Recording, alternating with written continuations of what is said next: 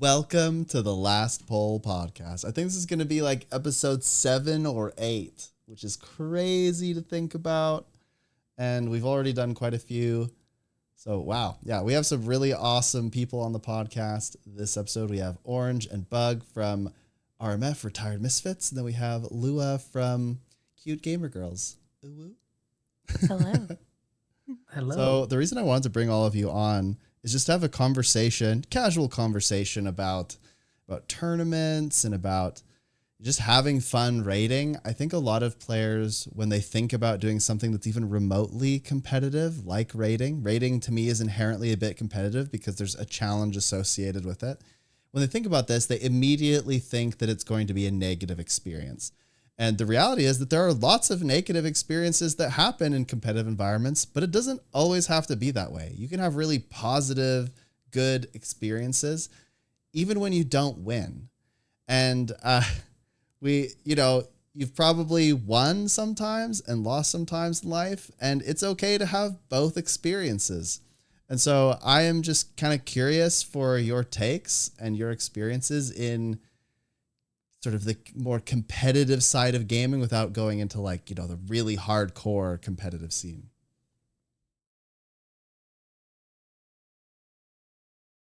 Should I just speak? Speak, just go. I was gonna let you all go. Thank you for having us, by the way. I think this is a fantastic idea.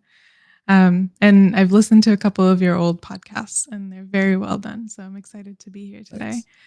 Just make sure that you speak directly into your microphone because it seems like you're like going in and out a little bit. I know. You're I tend to move. It's just a like bad the habit. orange is moving. Yes. Yep. I tend to move and I tend to look side to side. Anyway, but with regard to being in a tournament or being part of a tournament team, I had a lot of concerns when we first created our team because I didn't know if it really was for me. I didn't know if it would be friendly or toxic. And I think we all kind of have this fear that endgame rating can sometimes get a little scary and a little unfriendly if you're not going to perform very well. But I loved my team and we were just as shocked that we did well. But the most important thing for all of us, at least the day of, after all of the practice that we put in, was just being happy and performing well. And I came out with an amazing group of friends who I still play with to date. So I'm very, very thankful for the opportunity in general. Very cool. So how did you get into it? Like, what's the story of the team? I guess I can take that one, Orange. Yeah. Basically what happened. So after Ready Check Cup 2, I had some serious FOMO. I'm not even gonna lie. After watching Crabs, we had a bunch of friends on Crabs that played, and it was fun watching Pack and stuff, getting that experience. And I had the itch from a friend that was raiding in EU land and having fun, and I was like, I think RCC3 is going to be the target. And Orange and I had talked briefly. I mean, I think I had known Orange kind of through some people. But then our common friend was like, hey, you all should get in touch. You all both are interested in RCC. Why not see if you all can put together a team? And that's kind of how it happened. It just kind of happened organically through friends and people. But like from the start, our main goal was we wanted to go for the title. That was we told people that we recruited. The goal of this team is to come on and go for the title, as every other team, a lot of the teams would try to do. But we were very upfront, like these are the expectations and stuff like that. But we also said, like, we know we have lives, so if you need to miss a day, it's okay. We're not going to go crazy. So it just kind of came together organically, which was fun. And we met each other. I think I knew 3 people on our entire roster before Orange and I met. Like, that's how just kind of came together. And now we talk to each other probably every day. But it wasn't scary. It was so much fun. I got to meet a whole lot of different people from Canada and all over the West Coast of the United States and stuff. I've actually met up with one of the people I met up where I'm at. He was flying in, and we ended up going to lunch. So it's really cool. It was just a cool experience. So I highly recommend like getting involved because it just was a lot of fun overall. Very cool. So I'm curious about Lua's Luaren. I'm curious about cute gamer girls Inception. How did it happen? Was it like a similar, just you found some people, got thrown together, or what happened? So I was in a guild that previously had some drama and then died. And sort of towards the end of that, I created my Monday raid full clear static, with the intention of doing like a full CM, full clear, progressively getting quicker and quicker in terms of our full clear time. And the idea to go into Ready Check Cup was one of my like co-leads for the static. His name's Brick. He's now in the German guild MCA, doing like fast clear, quirky strats and stuff now. But it was his idea initially. He is German, so his sort of like person-to-person delivery of information and feedback can be a bit blunt sometimes. So he was more of the strategist for like the tournament side of things, and I was more of like the people person organizer. I was like the HR department.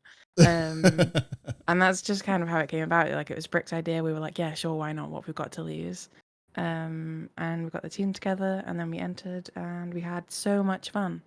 And that was kind of like towards early-ish when I like first started streaming. I think I was at like 200, maybe 300 follows on Twitch, and I'm at like 1.7k, and it just kind of like broke me into the guild was to sort of like not hardcore scene, but like being a bit more competitive, as well as like becoming a bit more known in the Guild Wars 2 streaming community. So yeah. So I have to ask some tough questions here. So cute gamer girls had some like tragic moments in the tournaments. Yeah, we did. Like some very some very close tragic moments. And I think, at least this is my perception, when I see people say, oh, I don't really want to go in a tournament, I'm nervous or whatever, I imagine that they're afraid of those moments. Like they're afraid of messing up. But the funny part about that is, to me, like my respect for cute gamer girls increased substantially when you came back for round 2 and you improved and did better, right? And there was like this like redemption arc. There was a storyline to it. And to me, that was very exciting. But a lot of people, if they made one mistake like that, they would just quit. They would just be like, you know what? It's not for me. Couldn't do it. It's over. I'm done. But I just want to know how you processed that moment. I believe I can't remember. Oh, I do remember. It was where there was like this stupid bug thing that happened, right? So there was a couple in Ready Chat Cup 2. There was the Samarog like going through the door before the cutscene caused him to not spawn. And then there was the Gorseval, our Mirage or Mesmer, blinked over like the trigger point to get Gorseval to spawn. So we just like stood there like twiddling our thumbs like there's no bus. What do we do? And the really unfortunate thing is these are known bugs, but they were not bugs that we encountered during our like preparation and practice runs, which is really shit, but it is what it is. And when we were sort of like in the moment, it was comical, and I don't think anyone was like hard pressed about it. And we're just like, okay, of course, like this is Guild Wars 2. We know this game. And a lot of it is almost like compartmentalizing. Like once it's happened, once we find out what the next steps is, whether that's like resetting the instance or like eventually Gorseval did get triggered, we just like, we move on. We have to get past it. We can't dwell on it because otherwise you're going to impede your performance going forward. And it's kind of like, you have to take it encounter by encounter rather than sort of living in what has already happened, because you can't change that.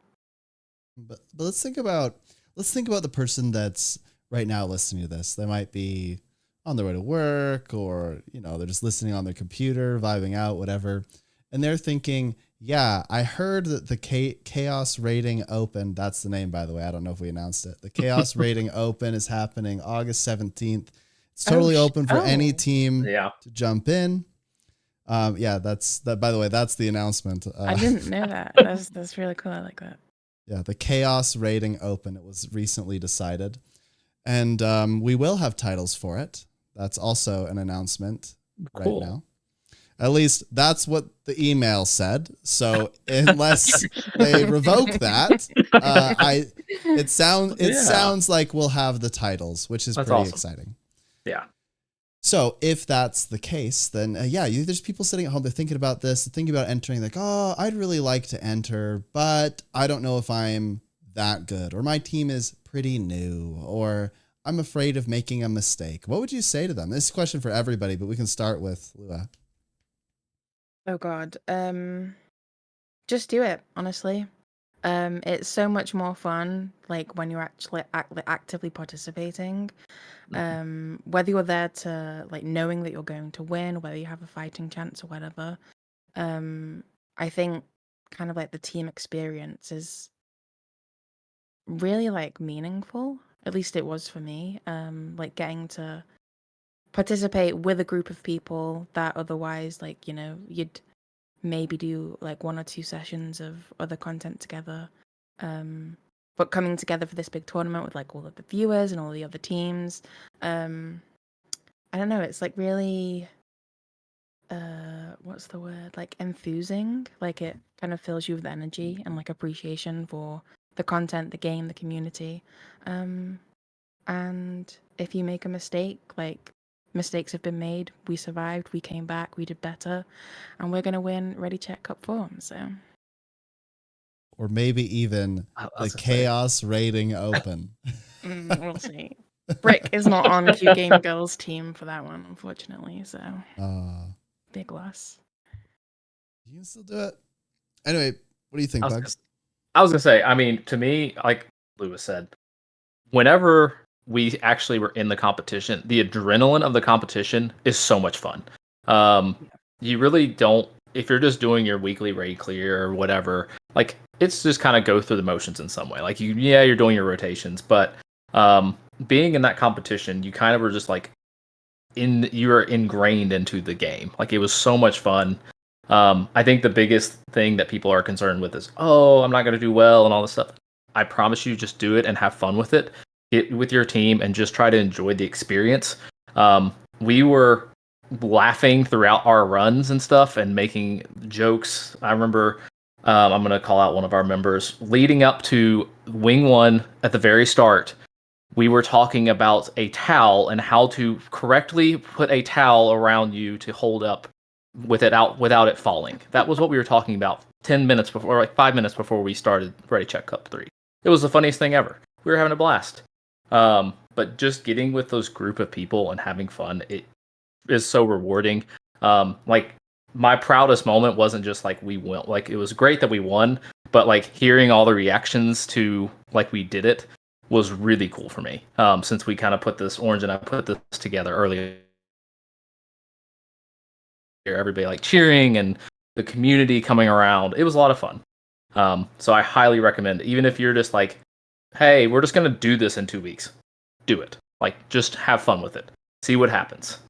And chaos is going to be crazy since that banning stuff. It's going to be fun. I'm so excited. Very cool. Yeah, there is a bit of a, just as a note, there is a bit of like lag happening every once in a while on my end. I don't know why that's happening, but don't worry, I'm recording locally, so it should be fine. Yeah, what do you think, Orange? I would echo both of their sentiments because the team building and the aspect of finding 10 people or 9 people, including yourself, to play with who are exceptional. And if they're new, if they're old, if they've got experience, if they have done, hardcore content before, it really doesn't matter because you should absolutely do it. Just engage in this adventure with 9 other people and do the best that you can because you will make friends and you will have a good time. Like overall, you'll find someone or you'll find all 9 people in the group with you to be absolutely amazing human beings who you want to play the game with. And Guild Wars 2 is a game that's meant to be played with other people, not by yourself. So it's so much more fun to build this community around you and to really just have fun with it. If you mess up, you mess up. It's fine.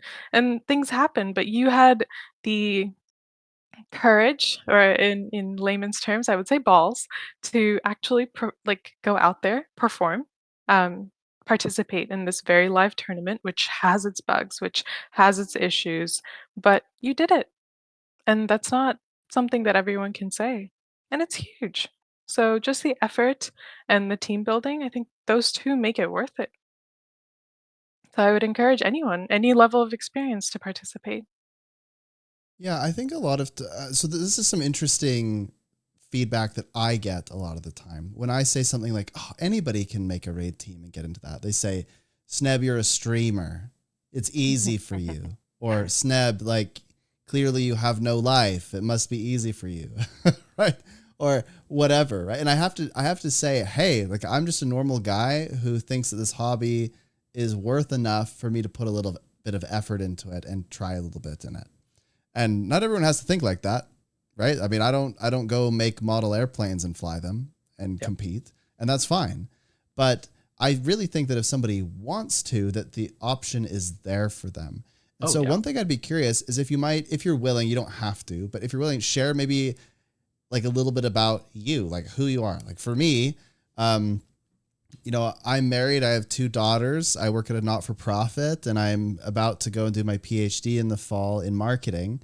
And somehow, as a hobby, I stumbled into streaming and stumbled into wanting to get involved with creating these tournaments and stuff. I have no idea why. It was maybe a stupid thing to do, but it's a lot of fun at the same time. Yep.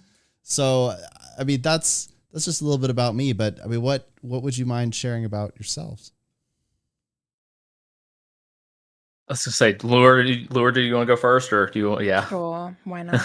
So my name is Luaren. I'm from England.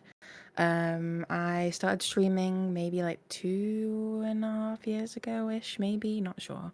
I've been playing Guild Wars on and off for 8 years, maybe. But I've only really been consistently playing and like clearing content for about 2.5 years now. And I've honestly kind of forgotten what you wanted us to touch on. I'm just kind of curious. Like, I want to see that you're like normal people, right? Oh, okay. I think that a lot of times people get like really fixated and they think, oh, these people, they only play this game 12 hours a day. And that's the only reason that they're competing in these tournaments. No. I used to work with an automotive brand doing project management. Then I moved into data analysis with the local police force. So I very much do not play Guild Wars 12 hours a day. Yeah. I'm shocked. I thought you played 20 hours a day and you only slept 2 hours. I don't know what you're talking about. I'm Orange. I don't think I'm going to do a name reveal. But I was born in India and I moved to the United States when I was about 6 or 7. I started playing Guild Wars in 2012. So, wow, 12 years ago. Oh my God, that's crazy. But I was in school then, so I had a lot more time and I was playing more actively. But I don't as much anymore because in the last 12 years, I am now a practicing doctor and my Wow. work hours are closer to maybe 60 to 70-hour weeks at minimum. And Bug oftentimes has to schedule things around my work hours so that I'm able to join for 2 hours to practice for the tourney or just to run together in RMF. But yeah, no, definitely a normal, or I guess a normal person who does not have time to play 12 hours a day. Sometimes I wish I did, especially when like we're practicing or when we're doing a grind, but no, that's not my thing, unfortunately. Right. I have some interesting questions for all of you, but I want to hear, I'm sure I'll have more after whatever Bug says. So let's hear. Yeah, Orange is impressive with being a doctor. So I'm Bug. So I'm from, I'll just tell you all the area. I'm from Kentucky. So I've grew up from this area. I've been playing Guild Wars since Guild Wars 1 released. And just to give a little background, when I played Guild Wars 1, it was a family game. And when I mean family, it was my brother, my dad, all of my uncles, most of my cousins, and my grandmother all played it together, so Aw. we could do dungeons together. Mm. Um, so that was Wow. back when those were fun. And then got straight into Guild Wars 2, and then basically quit Guild Wars 2 after right before Heart of Thorns, and then came back during the pandemic, and that's kind of when I started learning to raid and all that stuff. And um, but I'm an engineer. I'm definitely not playing 24/7 as much as I would like to. If I was able to make gold all day long, I would definitely be doing that in this game. That's one of my big driving forces. I love doing it. But yeah, it's especially with my friends that I've made in this game. I love playing the game with people and getting to interact. I did stream for a while, ended up stopping because I was moving back. Now that I'm back, I'm toying with the idea of possibly getting back into daily streaming again and doing that again. So, yeah. Yeah. Okay. So this is what I wanted to comment, because I think this is very interesting, and maybe this isn't the this is slightly veering off topic, but what I've found is that MMORPGs generally attract people who are just in very cool disciplines, like data analysis, engineer, doctor, right? Like these are very, like, they require very many wrinkles on your brain Mhm. to be able to do these things. And I just have always found that to be very intriguing. And I would say that when I encounter people in raids, typically I encounter very intelligent people in the competitive scene, because they're just very interested in pushing things to the limit and see how far they can push themselves. And so I'm wondering if there's something about raiding that just really stimulates like your competitive spirit, or just stimulates you intellectually and allows you to sort of express that in the game. I don't really know how else to put it. I'm not going first for this one. I was say I can start with this one. No, I mean I will say the biggest thing I think that people enjoy about Guild Wars is, especially at the higher end, is the complex rotations. You get into some of those rotations that are just complex, and the mastery, it feels good to those players. Um, but the thing that I think that a lot of people are enjoying, at least I enjoyed for like a lot of this tourney stuff, is figuring out the comps and figuring out the strategies. And that's where I think that kind of like intellectual stuff can come in, because you have to figure out what's going to work for your people and what's going to work for the wing. Um, like whenever we were doing RCC, we built our strategies around what we were good at and comfortable with over per se the true meta, because we knew once we get in live tournament we were going to be a little bit nervous. So I didn't want to have people playing, like forcing people to play certain things just because it was like the meta thing. But figuring out the strategy and the comps was so much fun to us. Um, that's how we kind of came up with our little heal specter stuff. As I saw a little video and kind of ran with that, and it was fun. Something different than a lot of teams ran. But I think that's kind of where the intellectual side comes from for the topper end, is just like the complex rotations and figuring out how to min max everything at that top end. Yeah, I have to echo that. For me, the numbers, the DPS, the rotations, they matter and they're important. And sometimes they're really fun to learn. I thought I would hate learning a lack bender for a recent grind that we did, but I actually quite enjoyed it. But at the end of the day, the thing that keeps me coming back is leading the team, figuring out what people's strengths are so that we can work with them.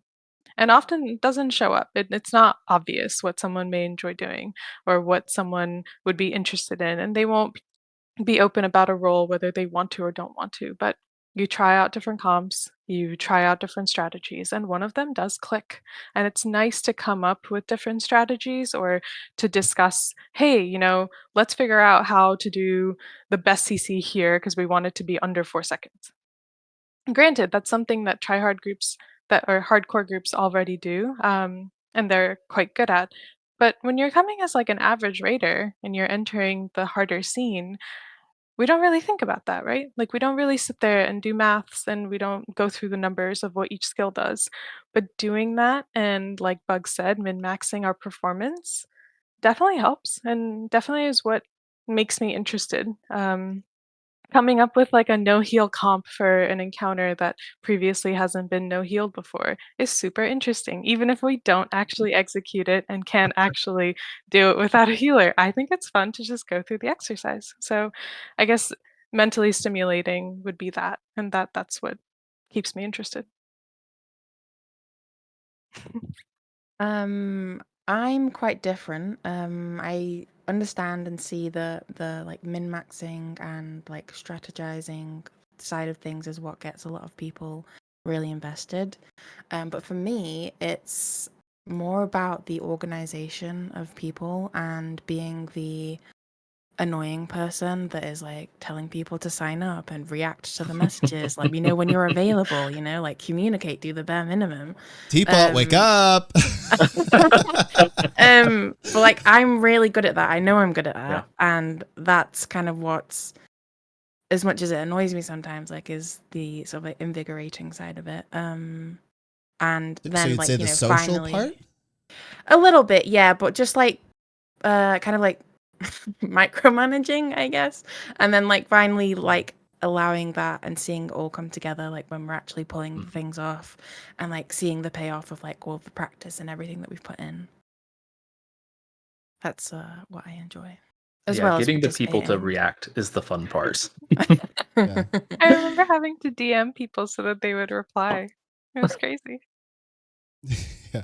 Please reply to the message. Please Yeah. react. Please. We've pinged you Yeah. 400 times. Please. You're a you know what saint this for being reminds the me one of? that enjoys that. Yeah. Okay, you know what this reminds me of? Teapot and I, whenever we try to get a tournament going, everyone's like, "Oh yeah, sounds cool, man." And we're like, "Sign up." And they're like, "Oh yeah, don't worry, bro. We'll definitely sign up." And I'm like, "I need you to click the button. I need you to click the button now." And they don't do it. It takes us forever, so that we've really had to put our foot down this time and say, "Look, you have to sign up. If we can get like 6 to 8 teams to sign up, then we can release the rules, the page." Yeah. But How many are right signed now, up I think we have like currently? 3. Wait, what's that? Okay. I was just asking how many you have currently. Oh, like 3. Yeah. Yeah. But we know that there's more than that, but they just don't click the button. Like I have verbal confirmation from a few, but they won't click the button. It's too much. Cute gamers have not clicked the button yet. I apologize. It's time to click the button. Just react. We know you Yeah. read the message. But I think the one thing is like people that do want to find a group like to participate in this stuff. Like there are, I mean, you have Scan Gang, you have, I'm sure you could use Hardstuck. There's a lots of different Discord servers you can do to get involved. Please get involved. Like it's a lot of fun. I promise the community is not big and bad and mean or anything. We do want more teams to see it because the larger this game grows, the more chances we get of the Copium, the Wing 9. Now, since we already have Wing 8 confirmed, so yeah, use the resources and make a team, and you can find people. There's always people looking out for another competitive roster. It's a lot of fun. Yeah. And cute gamer girls will need people for the chaos one, just FYI. Yes. There's lots of ways. We'll have, I'm actually going to do a big Discord revamp in July. It's very painful. I mean, this is a total aside topic, but I don't know about you guys, but managing a Discord server is just really hard. There's like 7,500 people in Scan Gang or something. I don't know. I lose count, but there are probably 220 channels in the Discord. And because there's one for every team and there's 140 teams. So what this means for us is that there is an obscene amount of like role problems. Like there's so many roles. There's like 200 roles, right? And yeah, it's just making it very complicated. People are getting very lost in the Discord. So I'm going to have a lot of revamp to do. But the reason I'm doing that is to try to make it easier for people to join a tournament team. So there's lots to be done there. But I think the hardest part about really getting into the endgame scene is honestly just putting yourself out there. It's a little bit scary because, you know, like frankly, when I first started playing, I was just this core engineer that ran around and threw grenades, and I thought that was really cool. And then one day people were like, "Dude, you suck," and I was like, "Oh, what? Like I have to put on a different build." So I had to learn like it's like a totally different language. It's a different culture. And I think the friction that exists with endgame players that have been around a long time and people who are just entering is they just don't speak the same language and they don't have the same culture. So if you're new and you're like, I am eager to get into this, all you have to do is go in with a very open mind, with a lot of curiosity, and people will really respect that.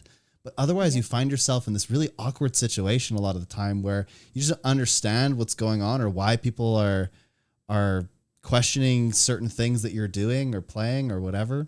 And I'm sure that gets frustrating after a while. I agree.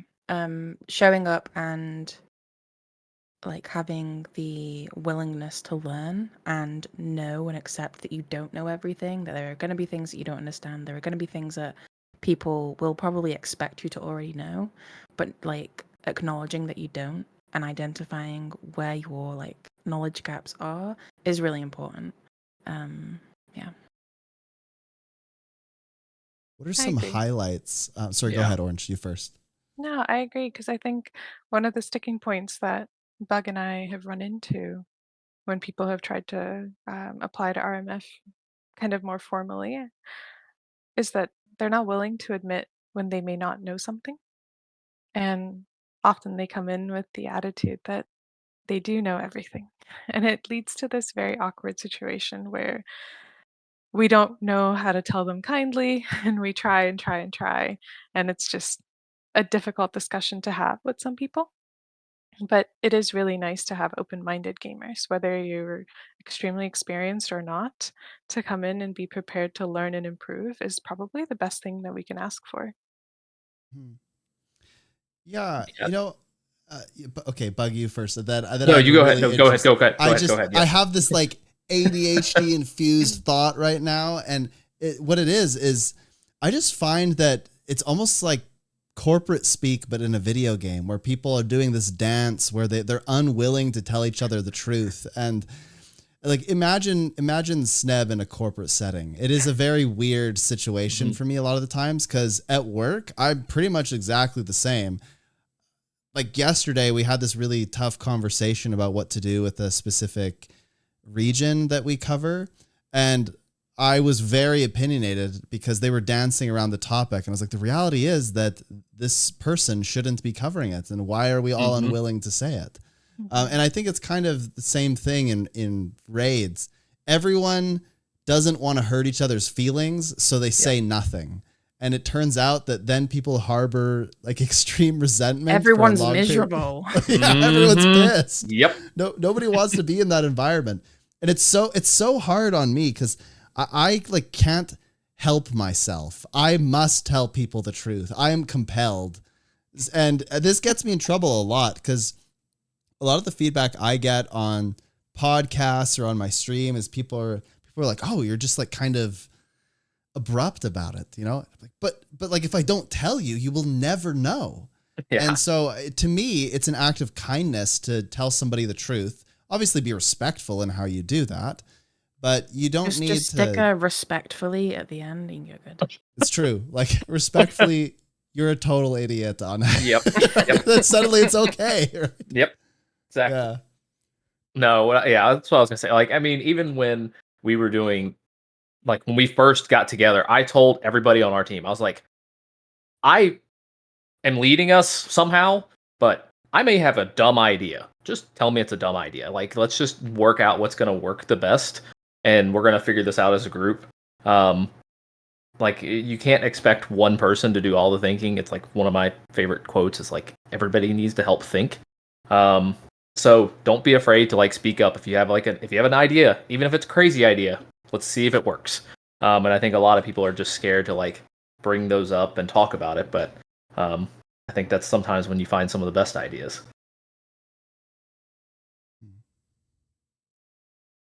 Yeah, you need to try and limit the high DPS members sometimes. Input is good. Yeah. What do you think about turning away a little bit away from tournaments and stuff? Just the general PvE scene. A lot of the dialogue or the conversation that's been going on is about how, specifically on NA, but maybe it's affected on EU, NA, yeah, Eagles, woo. It's, it's Freedom. like- That's what you went with, Freedom. Eagles. yeah, Go Eagles. Eagles, freedom. Oh my The Hey, that's my problem, team, so it's okay. yeah. god. The problem on NA is there's just nothing happening in the LFG, and so there's probably people listening that are like, well, that's all fine and dandy, people. It's great that you have these positive experiences and you think that we can do it too. But whenever I go to practice, just casually, there's no one to play with. What do I do? I want to what do you think about the current state of the LFG? And if you were to change anything, what would you change? Oh God. Everything. All of it. Honestly. Yeah. I mean, I mean, you all I think touched on it. I think it was 2 podcasts ago, talking about the LFG systems and like WoW and how it's very easy and user friendly to like queue up for different roles and stuff and like match with raids and like what you're looking for. I mean, the reason why I think the NA statics are great. I think statics are wonderful. I think like your server's been a great positive influence to match people up. But people also, I think, on NA are just scared to be the person leading. They don't want to be in charge. They just want to jump into a group and do their DPS and go home. And that's honestly, sorry, but that's kind of true, it seems like. But I think if you had a queuing system, it would help the NA server out a lot. Just to be able to queue, say, I want to be a DPS. If you could click a box and say, I'm okay with leading, perfect. Add that to it. Imagine NA in this infinite whirlpool of no one leading and just hundreds, if not thousands of people lost to the nether. Yeah. I think I was on there last night. I was looking for an LFG and it took me like 45 minutes to find something that I was like, oh, I'm actually interested in this. Yeah. I get anxiety when I look at it now. I think about clicking it and then I go, what if they're terrible? And then what if they don't want to know that they're bad? Yep. So true. Yep. Yesterday I saw my first ever do all greens on VG. That was fun. Yeah, and here's the thing: there's nothing wrong with that, but the issue is that the skill disparity is so crazy on NA, and well, it's probably on like that on EU too. But EU uses more KP and stuff. The culture on NA is just weird because they're just like, yeah, wing 1 full clear, EXP. Somebody joins and they're like, actually, I don't even know where the aerodrome is. You're like, wow, congratulations, you joined an experienced group. And it's just like a very weird. I forget if this was in one of the prior podcasts or if this was on stream or something, but I think it was in one of the podcasts. You should never be put in a situation where you're uncomfortable like that. Like the LFG should not facilitate that dialogue. I don't know how you'd fix that though.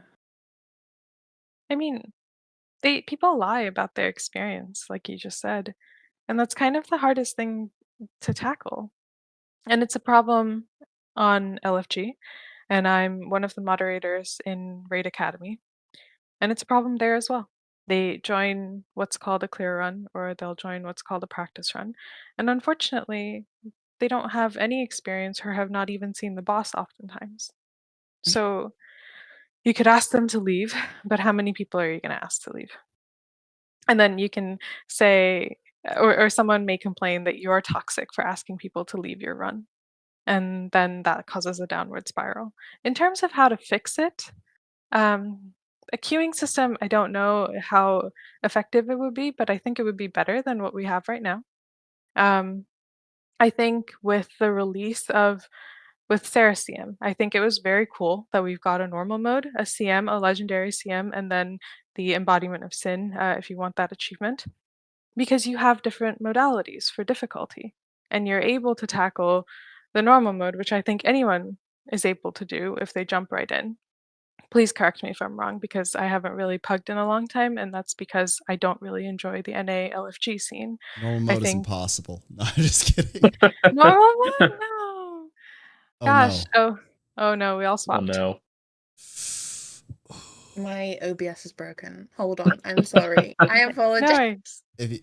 If you click the button again, it'll fix itself, but it's okay. But I think that one of the things would be, I think, emboldened mode has been kind of helpful in some groups. Like I recently was with a friend and we pugged Wing 6 together, which was emboldened last week. And with 5 stacks of emboldened, was it easy and was it smooth? No, but it helps your average raider get their clears that they're looking to get.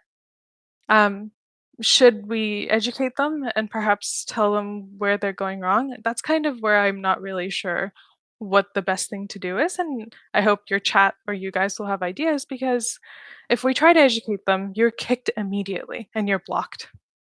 And it doesn't matter if you do it in a kind way, like, hey, I just noticed that you guys are doing this. If we just change it to this strategy or this movement, I think that would be a little bit better. But no one's really open to that, at least from what I've seen. Yeah, the thing that I really struggle with is I'm kind of a teacher, right? Like I'm teaching Mhm. marketing in July and I'm teaching marketing in the fall, and that's kind of my jam, right? I've Mhm. worked in adult education for some time. And so I feel compelled to say something. Yep. It's just as if I was teaching somebody English and they were saying the word wrong all the time. I just like I must tell them that it's wrong. But and Mhm. if I don't, then I feel like I am not preparing them to move forward.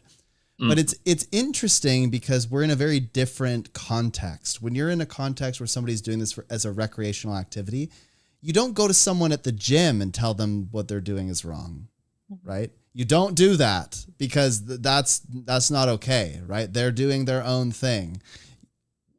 Where it gets a little bit blurry is you might go up to someone and say, "Hey, how you doing?" Like you could kind of try to like Mhm. social engineer your way into helping them because they might be doing something where they could hurt themselves. But otherwise, you don't judge, right? Or if you went to the park and somebody was like playing pickup basketball, you don't walk up and say, "Hey, I'm going to give you some tips on your shooting form," right? Like it's just not what you do. For some reason in recreation, it's just a little bit different. But it's tricky because when you go into a group, you are now a team. And so you're in a recreational environment where you're also working together to achieve a goal. But now you're at conflict with sort of both of these things at once, right? You should be able to tell someone, otherwise your team won't succeed. But it's a recreational activity and people get really weird about, you trying to correct them when they're just trying to have fun. I understand where you're coming from. My counterpoint to that would be is that it's coming back to this, like you're in a team, their performance is impacting you and like 8 other people. So if their performance is causing wipes or like regression, then I think they ought to be open and perceptive to someone giving them feedback or tips or whatever, because they're playing a multiplayer game. Hmm. If you're not open to that type of feedback or dialogue, then respectfully, you probably shouldn't be in group content.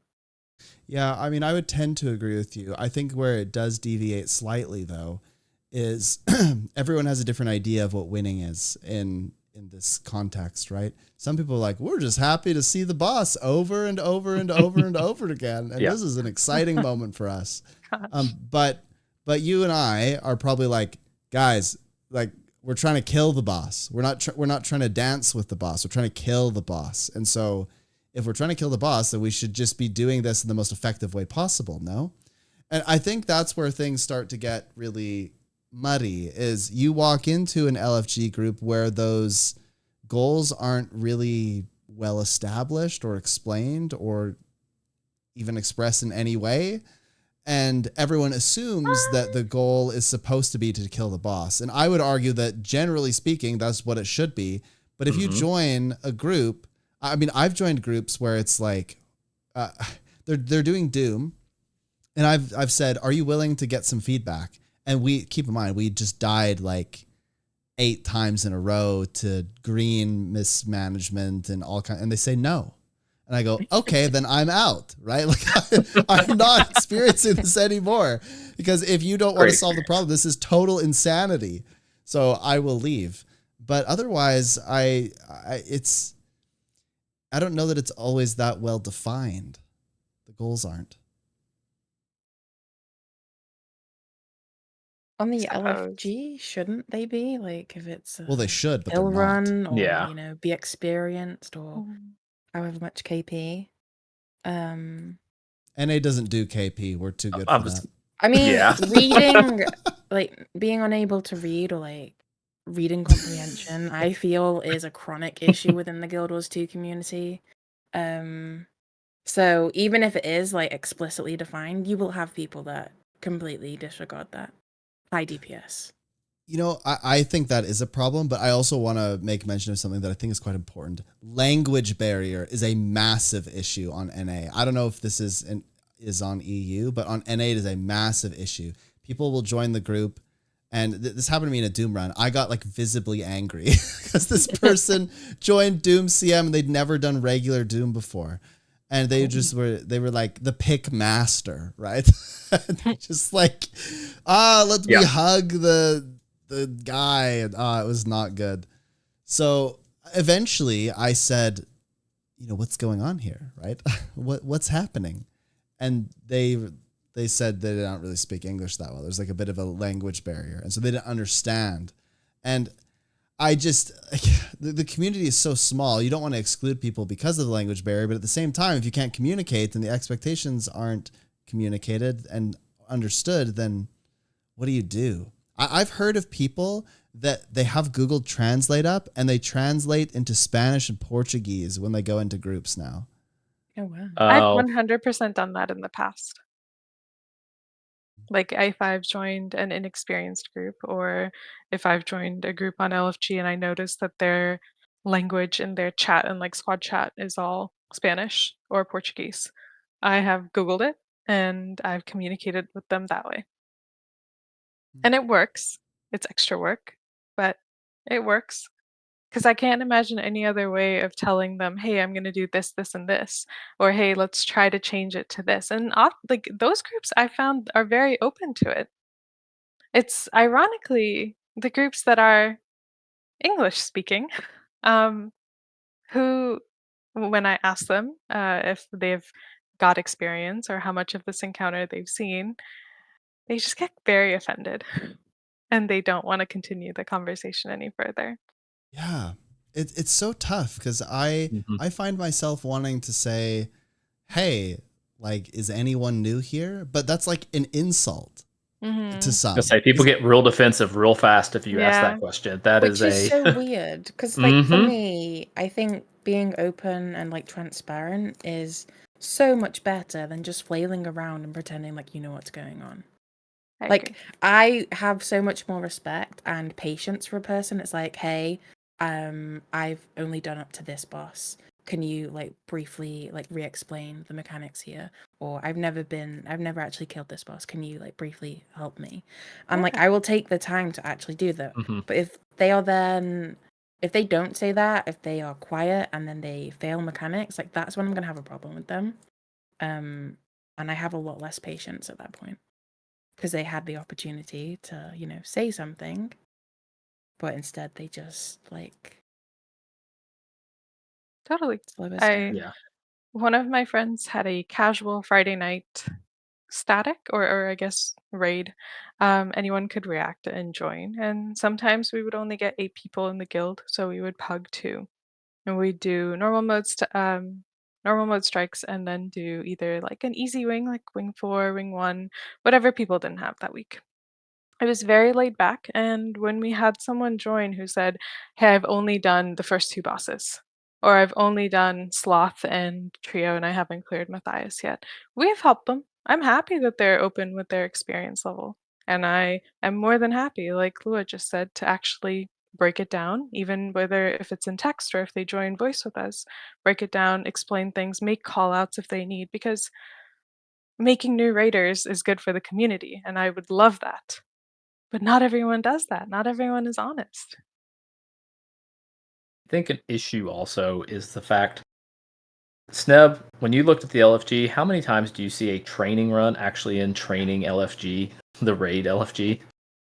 I don't think I I've see them ever. sometimes. Yeah, It's pretty rare. it's And rare. frankly, what happens is you join. Ooh, yeah, I'm about to pop off. I'm about to go. I'm about to pop off. But that's what I was gonna say. Like, Oh. because there was, I think it was when we were doing a grind.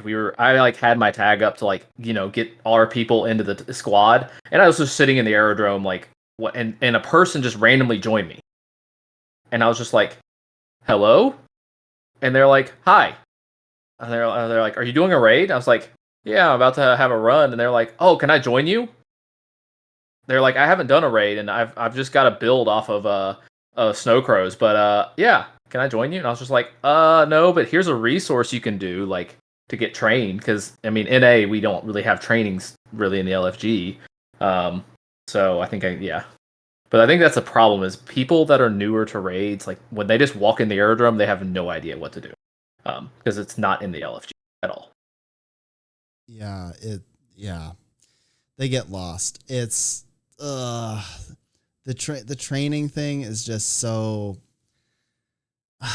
man, how do I say this without like mentally annihilating half the community? Okay, here's the reality. When you want training, what you're saying oftentimes is that you want a leader. Oh yeah. You're not saying that you necessarily need someone to read the wiki for you. You're saying you want someone to do call outs. And the problem I have with this is if everybody says that they want training, then there's no progression culture. And training is another, in Guild Wars 2, oftentimes, not all the time, but oftentimes training is, let me get 5 of my really good friends to come in here and do the raid for you. And you actually don't learn anything. And so that's one end of the spectrum. Or the other end of the spectrum is you have people that are very well-meaning that want to do good, and I'm glad that they're doing this, even though it may not be the best. But they go in and they teach you everything wrong. they really well-meaning, but they don't know it that well themselves. They're just trying to help, and it creates a problem. And you have no idea how many trainings I've joined where it's very evident that they are not teaching this correctly, or even worse, they have people in their runs that are having almost no impact on what's going on, and they're too afraid to say anything. So they've got this group of people and they're training them, but they're unwilling to have the tough conversation, which frankly shouldn't be that tough, but just saying something like, hey, it would actually be way more to our benefit to leave, buy full exotic berserker gear, and then come back in. But no one does that, and so you end up sitting there forever, not making any progress. And I think this makes raids seem far more difficult than they actually are. It's actual extreme pain and suffering to me that so many people believe that raids are way more difficult than they actually are. Yeah, it's not good. Oh, I think if you joined a training run for every boss, like a true training run, you just with 9 people with a leader, depending on how it is, like in certain places, if people aren't geared right, you could easily spend an hour every boss. And some people don't have time for that. And that's the honest truth. That's a part of the reason why I think that raids have issues is people aren't prepared when they come in, and it holds the other 9 people back, and that might be toxic, but yeah, it's not fun sitting there for an hour hoping that you're going to kill the boss when 3 people aren't geared correctly, when there's multiple resources. Yeah, I'm always in this state of conflict with this situation because I really want people to go and try it, even if they're not perfect. It doesn't matter. Just like we were talking about with raid tournaments, it doesn't matter if you win, but you should just go and try it. But the thing that I struggle with is that if your goal is to win and beat the boss, then there are seemingly quite a few ways that you could do that effectively. And it seems like people sort of assume that it won't be a problem if they just jump in and don't do any preparation whatsoever. Yeah. Oh, it'd be great if we had a gear check. No, do not inspect my gear. No. Do not inspect my outfit. Look, there's people that come up to me and they sometimes say, I'm inspecting you. And I go, no, this is my private outfit. I do not consent to you inspecting me, and I'm doing it anyway. And I get really upset. Were you the one lying about having invisible boots? Yeah, I have to like do manual tickets and report these players quite a bit for harassment. But yeah, they keep inspecting my attire. Yeah, the hope would be with Wing 8. This is the ultimate cope that I'm always on. The whole story mode and like the open world meta, hopefully it teaches some of the mechanics that you might see an increase in the population of raiding. People get curious about it. I mean, we all know the last raid was 5 years ago. So the raid population, pandemic was one of the best things for Guild Wars, and the raid population went back up, but we've kind of hit that plateau real quickly, and it's really not gained a lot of steam in the last, probably 2 years. I know like RA has seen a significant decline in activity. I know Sneb, you're seeing a lot in Scan Gang, but I think overall, Lua, you might be able to speak to EU. I feel like raid content, like people, the population coming in, has decreased a significant amount, which isn't helping. Yeah, yeah. I mean, there was the Great Purge, which was Dag the CM. Yeah. Oh gosh. The Great Purge. God, I love this fight. Yeah, Dagda came into our lives and completely ruined a lot of people's mentality toward the game, and we lost a lot of veteran players, and so it did decrease a lot. I'm honestly petrified for Wingate. If Yeah, we have another instance of Dagda and Dagda CM, like that's going to be the nail in the coffin for so many people. Like I'd rather just not have Wingate if it's going to be another Dagda, my like hope is, or this is worst case scenario, is the first boss's Dagda level, like everybody blows through the LCM, but then it like progresses up to where the last boss is kind of like a Ceres LCM level. Again, this is cope, but you kind of see a lot of that progression. I mean, in like Wing 4 and stuff, like technically Karen's easy.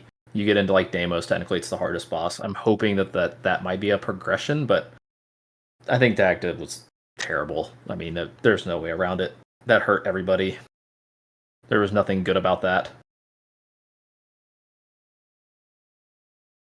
Yeah, it's I share similar feelings. I am quite worried about I'm quite worried that we're going to see another Lonely Tower. Like, just think about the encounters that have come out in the last year or so. They're just I don't want to be too critical because I don't work in game dev, so I don't particularly know exactly how it all functions, but I look at this and I just go, this ain't it. Like they're so they're like close, but they're just not quite there.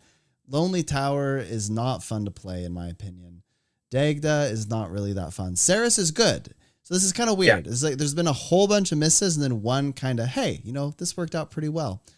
So the issue when you put out a raid wing or you only put out so much instance content is you cannot miss. You cannot strike out because they only put out 2 encounters for strikes, right? They put out Dagda and they put out Ceres, and one of them just failed miserably and the other was good. But that's a 50% win rate. That's not good enough, right? It's okay to put out a dud every once in a while because you're trying to, do something risky or figure it out or whatever.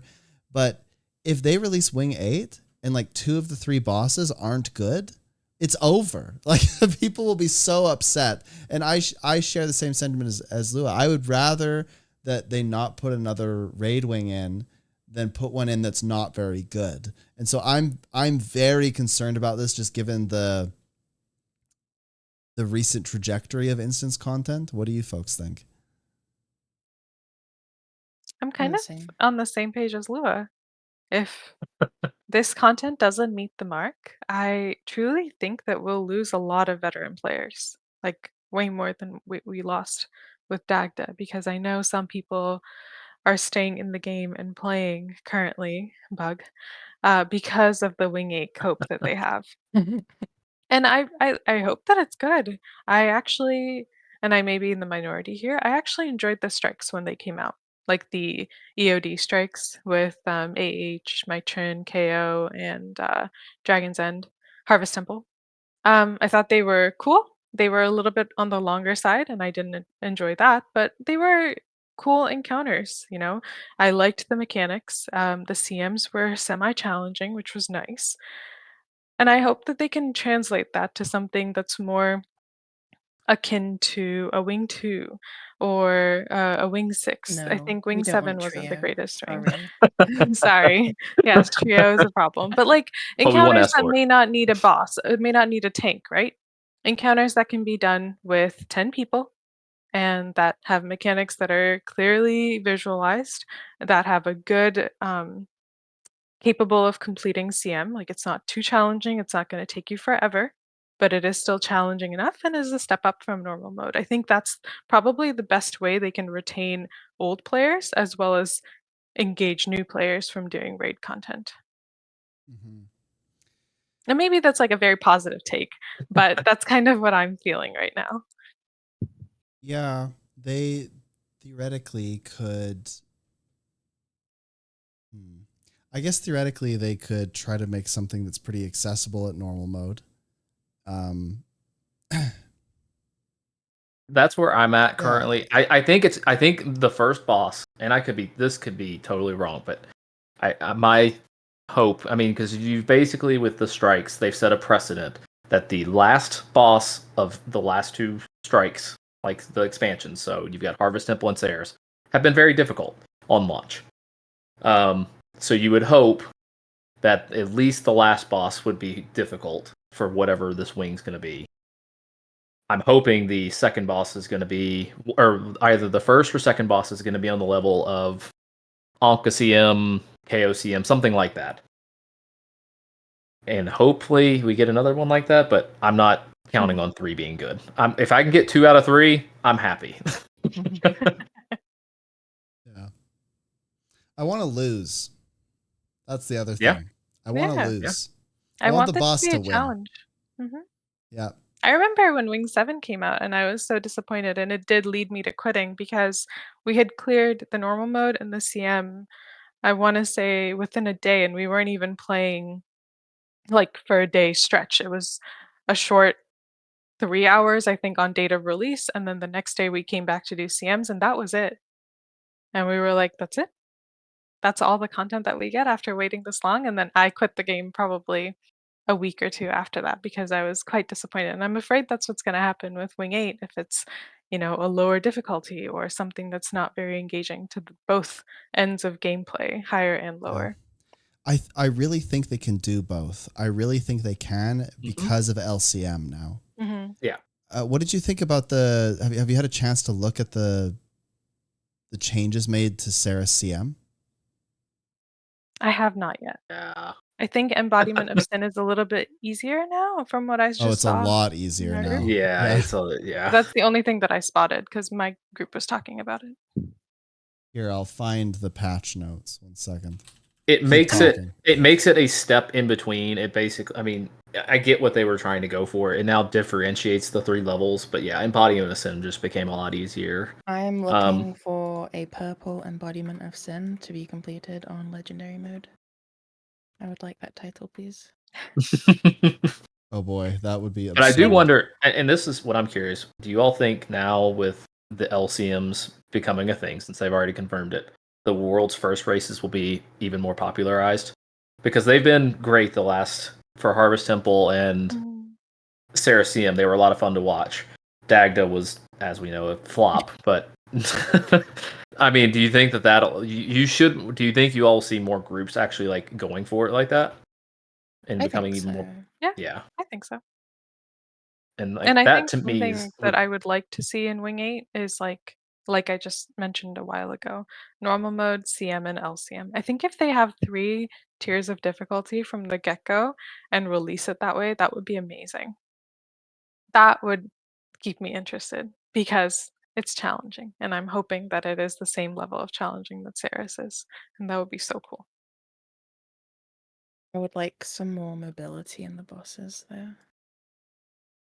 Yeah, you know what I hate? I hate that they're doing this even in open world. Have you noticed that what is it, Eparch in the open world is like hot glue to the floor and like cannot move?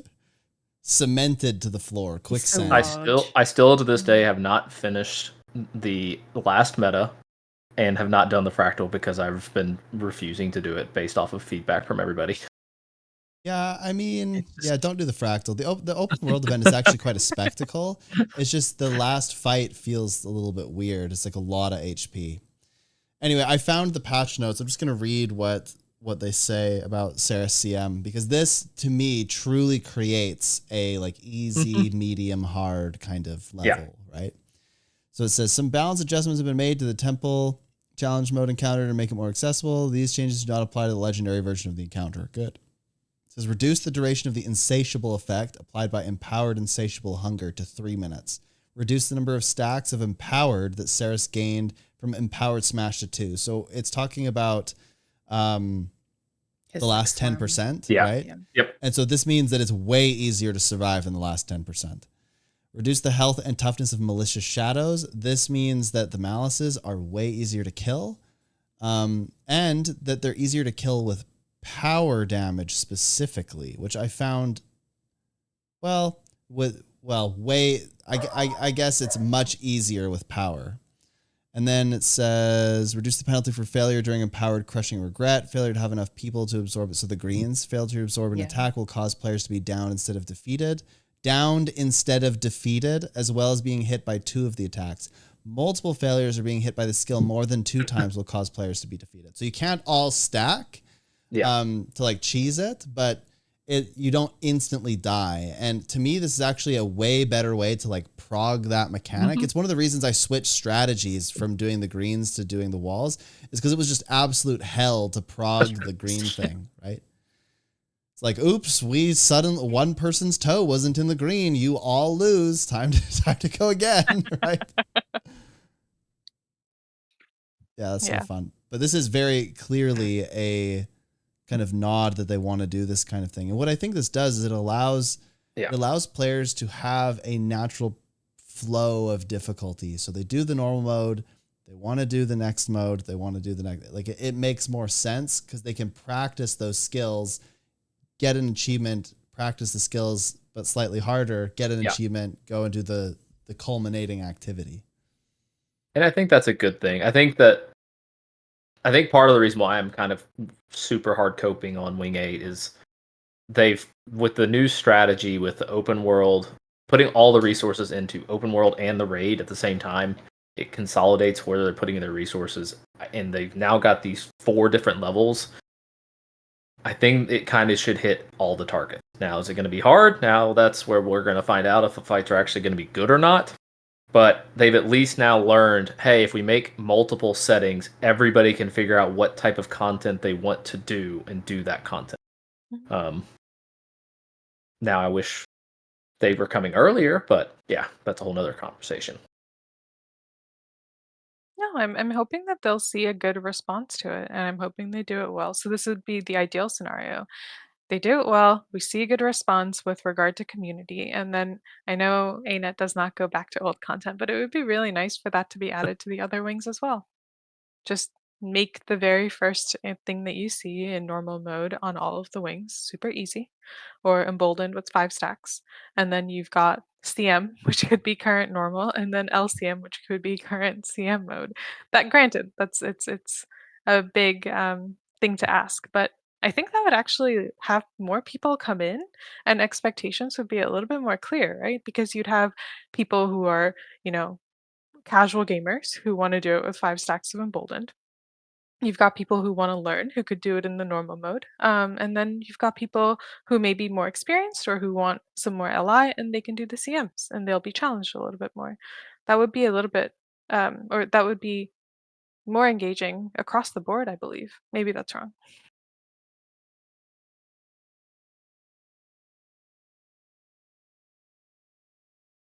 I don't know. What do you think? I think it would probably be. I would hope it is. My only concern is that you are potentially splitting the player base in terms of like competency. And then you also are kind of increasing the level, so to speak, of actually getting to like the normal version or the CM version or the legendary mode. And the people that are currently already scared to try raids are probably only going to do the easy version. And then it's going to be like another sort of apprehension stage, potentially. Yeah. I do think there could be a better way to introduce mechanics to newer players, in a way that is actually understandable. But that would require some consistency. For example, greens. Yeah, a little bit inconsistent there. What do you mean? Greens are all the same all the time. Oh yeah.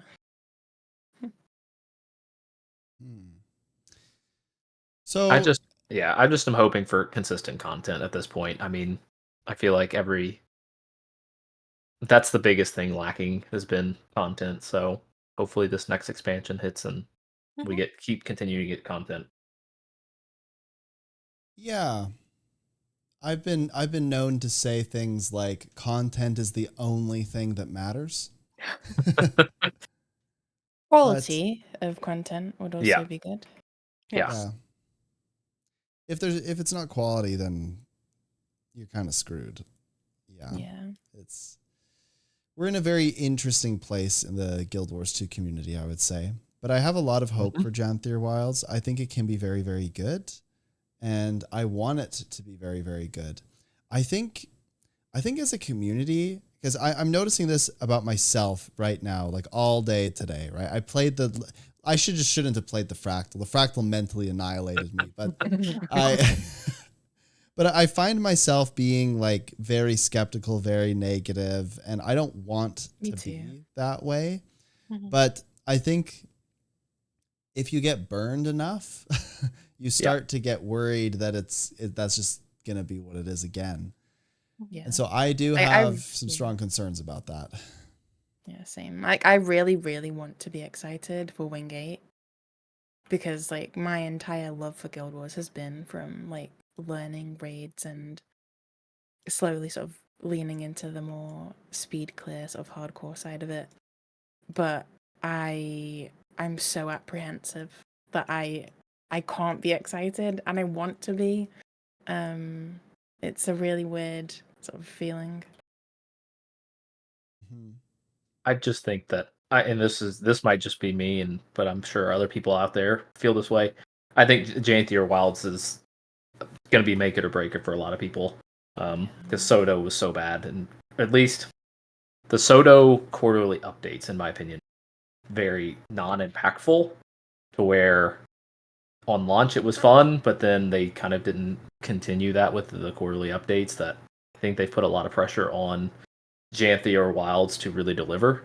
And if it doesn't deliver, I think you'll lose a lot of people just in the community, because they don't believe ANET's going to actually put out good quality content, which stinks. But I'm always usually positive. At least I try to be positive all the time. So I'm like on the copium for Wing 8. But DAG does definitely put a big dent in my armor for their hope. So I'm a little concerned about Homesteading having ties to the mastery lines. I think that's a weird thing, especially with them saying that it's supposed to be one of like the most player-friendly housing, like within MMOs. Because you're essentially going to have to grind to be able to progress like homesteading or decorating or whatever. And it concerns me even more that if that's the majority of like masteries, what is the other content going to be other than spears and a bit more usability of the warclaw?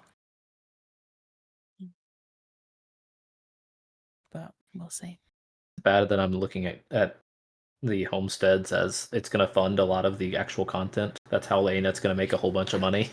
Because I think it's going to be a giant driver. But I'm just the masteries anymore. I've just also lost a lot of interest in the masteries. Don't feel very impactful to me. I've got all the masteries for the Soto ones, and I still have no idea what the most of them do, which is probably sad to say compared to when you had in Heart of Thorns, you had gliding and all that stuff. I haven't seen the impact as much. Yeah, just sad. Yeah. I haven't really done a lot of open world, at least since Soto release. I did a lot actually when Soto came out, and then I Strikes released with Dagda and Saris, and then I just completely lost interest. I thought that they were very flat when they first came out. How would you all So feel if they made specific, which I'm sure they're going to, the homestead like decorations, where you would have to pay for them based off of the raids and stuff that you did, and if you would Like unlock, using of raid course. tokens. I'm not going to get I that crazy want a since massive statue of all LI of is the never raid going bosses to ever be standing on used top ever of each again. other. But I'm saying like you would get some, like you might be able to use magnetite or whatever. But you would unlock it based off of the kills that you get. So like you kill CM, it unlocks X, Y, and Z homestead decorations, and then if you kill the LCM, it's another XYZ. That way, it incentivizes you to keep going to unlock those things. What would you think about that? I think it would depend on what the homestead actually gave the player. Is it something that's going to add to your attributes on your character in terms of increasing your damage or increasing your concentration? Is it more just a fun thing to have in your back pocket? Is it something that'll give you resources to create gear versus, yeah, just is it something fun versus something useful? If it is Yeah, something useful, then I think that would be quite cool to actually have it driven by raid kills or raid tokens. To be able to use magnetite or li or whatever, like raid kill, to actually get something at this point in the game 12 years in would be nice because I'm sitting on a lot and I have uses for all of it. It would be nice to have uses for all of it. I So want to sell the tokens. if only, if only we could get gold for it. I have a lot of tokens. Yeah. Sell the tokens. But no, I think that would be a good idea. I just don't really know what their end game with the homesteads is. yeah. I think it's I a place where people can go and just kind of chill. That's the vibe I get from it. Yeah, I think it's just going to be like a cozy sort of yeah. aspect of the game. I would love it if the homesteads were like housing in old school RuneScape, where going to your house had like a pretty significant purpose. Going there, you could, access different things that you could then pick up or take with you or whatever. Like, I don't know. But the thing is that if they do that in Guild Wars 2, it's kind of like replacing the Mistlock Sanctuary or whatever and stuff. And that's a bit of a problem for them. Mm-hmm. Mm. They don't want to invalidate that stuff. I just would like to see them incentivizing to push people into in-game content. Like, say you would get XY rewards for doing stuff, that would incentivize you to do that, to like reward you with that in that system. I don't think they want to do that though. I don't think they I care know if they people don't. play They endgame. don't. Sadly, they don't. But yeah, I think, put it this way. I bet that the bikini they released today made more money than any raid has ever made. Maybe Oh, yeah. all of them combined. Gosh. in our server Seriously, we the said bikini was the very bikini. expensive. What? We said the bikini was funding Wing 9. Like that's what we were joking in our server about. It was the bikinis were flat out funding Wing 9. No, but think about this, like that like bikini combo with like the beach apparel and stuff. It's like 2,400 gems. 400 gems is around $5, so 800 is 10. That's like $30. They made more on that bikini than they'll probably make. Yeah, it's an absurd amount of money on the bikini. Everyone's gonna wear the bikini constantly. It's become quite an interesting experience. My wife's gonna start looking over my shoulder and going like, "What are you doing? What are you playing?" There's like half naked women all over the screen. What's going on? Mm-hmm. It's I going to remember be very the hard to explain. what was it? The maid outfits. That was the other popular Oh one whenever gosh, it yeah. released. They could have made so much more with the cat ears and the cat tail Mm. if they were armor pieces instead of the outfit. Yeah. If things get really tough, they have some nuclear bombs they could drop on I the was gonna say they community. already have the cat chair, so like, can we just keep like? I'm sure they'll keep going like at some point. I want a cat hoodie. I want the hoodie where like you can put a hood down or up. Like there's two versions, and like the hood up has like the ears. There you go.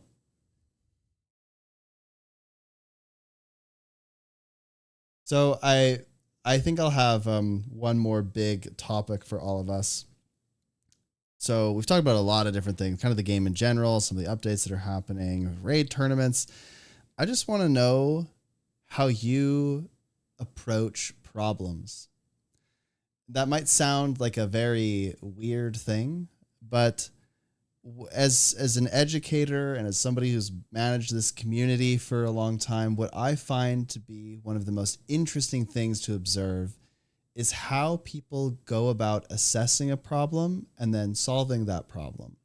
Because it turns out that is one of the highest indicators of someone's success in something like university or in solving one of these Lost now. raids, Is right? that just okay? It's I fair. think he was trying to Did we say lose him? success. Oh, he's Oh, Oh, no. he's back. Hello, Oh, did I Snap. lag? Okay, Oh. Yeah. I'm back. Yeah. Hard.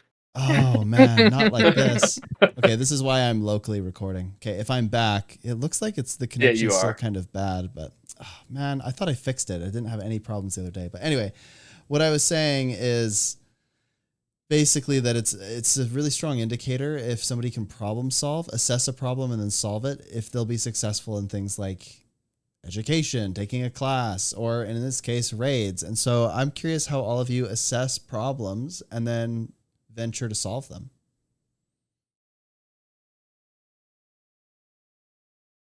Shotgun, not first. I'm gonna volunteer Bug to answer first. Man, I'm just getting voluntold. Well, he and I have very similar processes, so Yeah. you can answer. I mean, I look I'll at a go problem and I try to figure out. So, I mean, what's the problem? How big of an issue is it? Whatever. And then I try to figure out, okay, what's the fastest route? What's the smartest route? What's the economical route? As far as like, that's how I look at them from like an engineering standpoint. And then try to figure out a mix of the three of them. Now, like in Guild Wars, I will look at it, especially like raids. Okay, this is what a team has done in the past. Okay, what would that work for my team, or is or do we need to adapt some other type of tech or any of classes, stuff like that? So I kind of look at it from a bunch of different ways, and then figure out, okay, this is gonna I think work for us, and then we try it. If it doesn't work for us, we then go to plan B, C, and D. Normally, I try to come up with like a couple different variations. That way, we have a thought.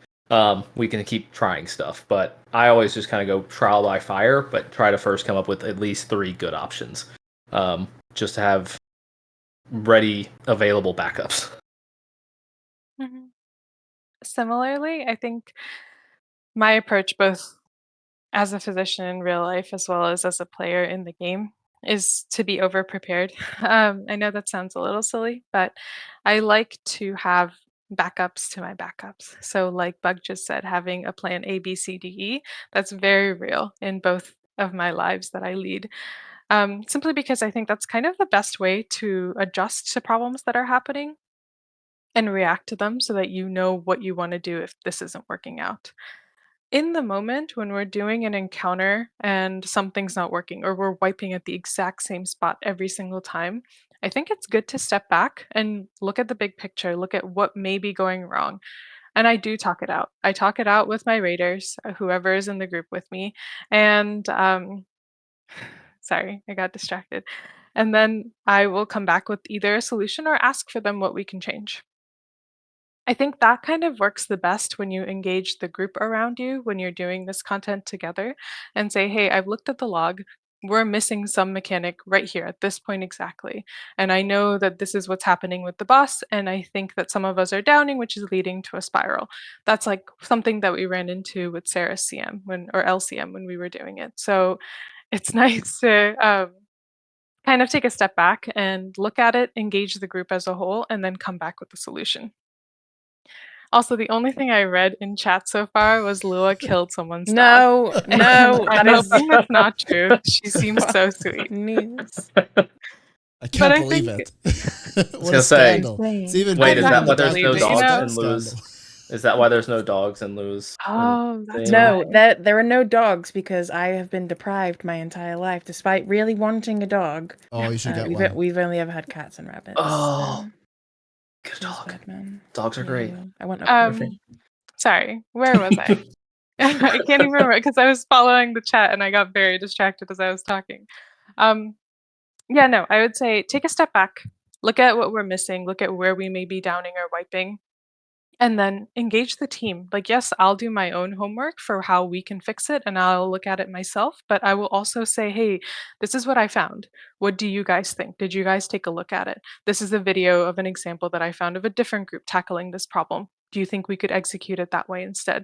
And it's very applicable kind of across the board when you're doing a grind, when you're doing a progression run, such as with Ceres. So my preference would be to work together to figure it out. And if the problem is instead someone like a single individual is messing up a mechanic repeatedly, or they just aren't playing very well with the group, then I would probably sit them down and set them aside and talk to them individually to say, hey, this is what's happening. And Bug and I have had to do that kind of separately with people in our groups. Good talk, guys. Good talk. I see you. I see the smiles. Okay. Good. Do you find Um, so when you're sitting down with people like one on one and telling them there's an issue, how do you manage that in particular? I try to keep it very objective. I think it's hard when you're giving someone feedback when you use abstracts. If you don't have a clear example to give them, then you really shouldn't be giving them that feedback. It's not a feeling. It's something that they did that you can pinpoint, that you can say, in this moment with this person, or in this moment on this encounter for this mechanic, this is where you keep failing, or this is where you keep messing up. Um, and if you can't provide that, I think feedback is taken very poorly. But if you are able to give those examples and it's something very tangible for them to work on, whether that's being respectful in voice, whether that's focusing more on their own mechanics and their gameplay before focusing on their DPS numbers, it does make a difference. And we've had people come back and perform very, very well when they've gotten this feedback. And of course, we've had people who say, "Oh no, like absolutely not. I don't like you guys anymore. You guys are jerks," and they leave. And that's okay too. But I think the best thing that I've had is to just give them an example, be objective, and take a step back from the emotional aspect of it as best as you can, because that seems to be where the most errors are made. Because you'll say, oh, this person's so close to me, and they're a very good friend of mine, and I really like them, so I don't want to be mean to them. But they need to hear it. They're still part of a 10-man group, right? So. And Bug makes me the bad guy often, so I'm used to dealing with this delivery of bad news. Just got thrown under the bus. Oh boy, the dog is upset now. This is not good. There's this rabbit in the front yard, just this little bunny, lives under the neighbor's shed. And the dog takes exception to the rabbit standing on our front lawn, nibbling on the grass. He's very upset by it. Like, he cannot handle. And one time I accidentally let him outside because, well, I opened the door and he bolted. He was like, oh, the rabbit. And I've never seen two things run faster than that. The dog was just like full sprint, like just like about to barrel roll to get to this rabbit. And the rabbit was just like, boom, lightning. And they ran around the cul-de-sac for a while and my dog lost. He was not fast enough. The rabbit got him. The rabbit won. Yeah, the rabbit did win. Anyway, As that was an an as aside. an anecdote to the dog conversation, Lua, I just filled out an application to be a foster parent to a dog. It's a boxer mix. She's 3 years Aw. old. I'm so excited. I'm hoping it'll be approved, but yeah, super I've excited. demanded pictures already, and I've Yes, been I'd like to not given subscribe. any pictures yet. I'm hurt. Oh, that is nice. Dogs are great creatures. I was Anyway, gonna say, Lua, Lua, how do you deal with your the problems in your alls Mhm. in I groups in cry general? in a corner and laugh. I thought you just spammed Discords pinging, screaming, "Wake Yeah, I up, do that as well. please!" Yeah. I try to take a bit of like an objective perspective and focus mostly on the things that I can change and impact. I often like try to avoid wasting energy on things that are outside of my control. Because like dwelling on it and willing it to be different isn't going to change it. And uh being overprepared, like Orange said, having like backups to your backups. Yeah, that's pretty much it. To Good. go off of something that I think both of you mentioned as well is recently for our like Monday folklore group, we've had like one or two people missing because like it's summer, people are on vacation, and like we're having like backups and we're never like a full roster. Oh yeah. So it's really hit and miss like how well our performance is each week. And something that we did kind of ad hoc was instead of everyone just like leaving the call after the run, we like took about 10-15 minutes just to like have a bit of an open discussion about what things went wrong, what things went right, what things could be improved. People were taking like accountability for like things that they messed up, just like helping each other understand why things went wrong. And I think everyone like left the call and like went to bed in a much more positive mood than if we had just like all left and like logged off that Yeah. night. Yeah. And I think that is something that's really helpful for like curating and continuing a better like group mental attitude and feeling of liking each other. Yeah, I think people. I mean, Definitely. that's always a huge point. Is just people being accountable and like owning their mistakes. Like mistakes are gonna happen. Everybody's human, but just like saying, "Yeah, I messed up this. It's okay." Like Yeah. having those conversations is great. I really enjoy those. We have them from time to time, and it. You do sleep much better. Yeah. Um, it makes a big difference. If you're For sure. playing with people you like, those conversations shouldn't be that hard. Yeah, for And sure. solving problems should come pretty naturally if you're all committed to solving them. The second that you have incongruent expectations or you have people that are just not on the same wavelength as you, so to speak, then that's when you're going to have the real issues and you're going to have to boot people and stuff. And that's no fun. Nobody likes doing that. But Yeah. I suppose the entire purpose of me bringing you three on today was to show people that, like, hey, if you want to get involved in endgame stuff, really all it takes is a particular mindset. You just kind of got to want it. If you want it bad enough, you can go and find people to play with. There's lots of people who are probably a little bit, a little bit nervous about it or whatever. But if you put all those 10 nervous people together and say, hey, just play, they become friends. Boom, there you go. Now they're playing. They're having a good time. They're laughing about something. They're not taking it super seriously. You don't have to take something uber seriously to just enjoy it as well. You can be competitive without being destructive or something like that. And I think that one thing that I know, at least for me, whenever I first, like before joining anything big, is there's a big misconception in my mind that if you're gonna join like a competitive group, you're gonna be practicing every day for 4 hours a day. Like all you're gonna be doing is golem room and then practice. Like you got raids. It's not true. Like, we our practice schedule varies from week to week because we kind of balance based off of how people's real lives are going. I don't want to like seclude people from going on vacation. Things like that happen. Go live your lives. Touch grass. It's cool. Um, but the scheduling, it will happen.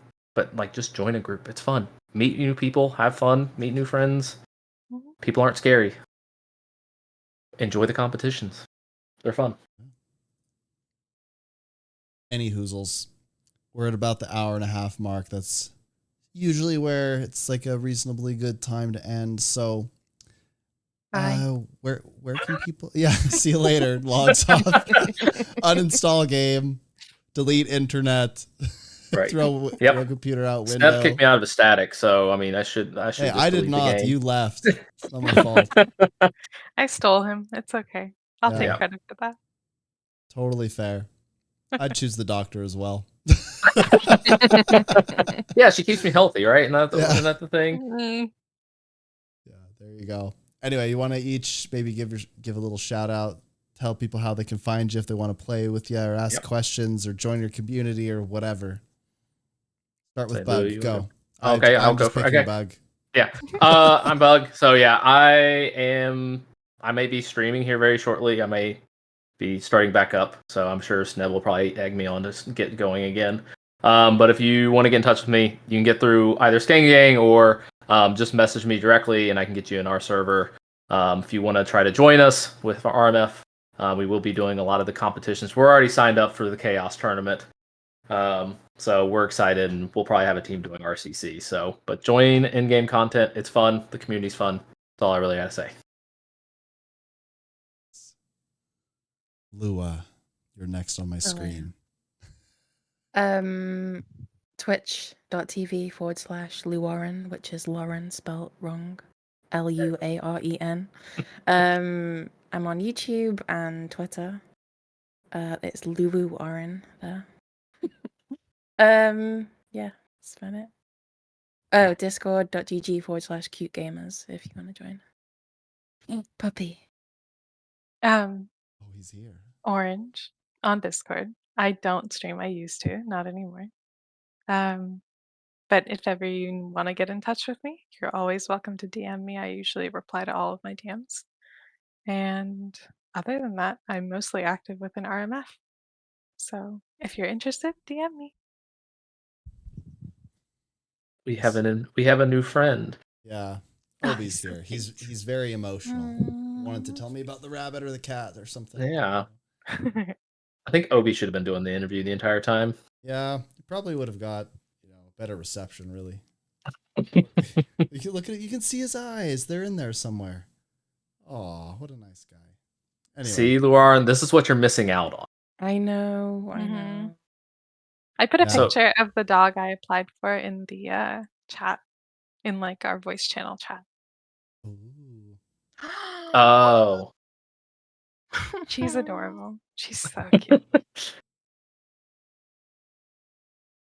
Obviously, that's folks. My current obsession. Well, I just want to encourage everyone again to sign up for the Chaos Rating Open hosted by MightyTeapot and myself on August 17th. 3 days, that's a Saturday, 3 days before the Janther Wilds expansion goes out. Also, remember to use my referral link and buy Janther Wilds pre-purchase. Get ready for it. To support the channel, links in the description. And also you can listen to this on Spotify. I've been slowly uploading things to Spotify and getting them ready. That's big, right? You can listen on your way to work and nobody else has to know but you that you're listening to this, this thing. Not in the YouTube history. You could be completely stealth. Just be in the Spotify history. Yeah. Nobody will know about that though. Yeah, there's also the slug stream will happen maybe in July, maybe in August. Still TBD there, but we'll see. I will do it. I'm a man of my word. In fact, on Reddit, I offered to buy this person's what is that called? The auric infusion? The gold one? Oh, really? To buy yeah, whatever that one. Anyway, I offered to buy it and I was like, oh, somebody, Aurelium, that's it. They can I said, somebody can vouch for me. And then somebody responded to my Reddit post and said, this man pledged that he would role play as a slug. He is a man of his word and he would never lie to you. Wait, that's not true. We got to wait until it's true. You do it. And then we can say, okay, now he's true to his word. Once we see it, I right? will do it. Oh yeah. I will do it. It's gonna be good. Can't wait. Mhm. Any hoozles, thank you everybody for watching. I'll stick around and still be streaming, but for the YouTube folks, and Spotify folks, this is it. Go out, be good, be kind to another, and we'll check you out next time. Here's a little boop, boop. Bye.